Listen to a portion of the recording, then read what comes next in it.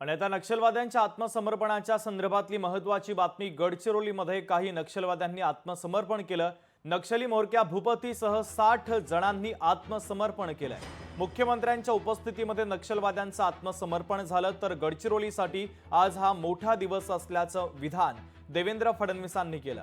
नक्षलवाद्यांच्या आत्मसमर्पणानंतर मुख्यमंत्र्यांनी वक्तव्य केलं। तर आदिवासी समाजातील तरुण आणि तरुणी भरकटले गेले होते असं देवेंद्र फडणवीसांनी म्हटले।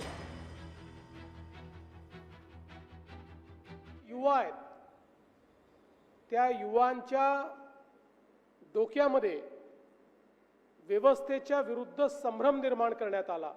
एक प्रकारचं आयडिओलॉजिकल माइंडसेट असलेला, ज्यांनी संपूर्ण चळवळ उभी केली, अशा प्रकारचा व्यक्ती त्यांनी सरेंडर करणं आणि त्यांच्यासोबत 61 अतिशय वरिष्ठ अशा प्रकारच्या माओवाद्यांनी संपूर्ण शस्त्रांसहित या ठिकाणी सरेंडर करणं ही देशाच्या इतिहासातली एक अत्यंत मोठी गोष्ट आहे, हे या ठिकाणी नमूद केलं पाहिजे।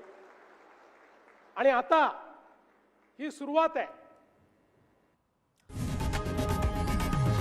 लोकशाही मराठी ऐका, पहा, जागरूक रहा।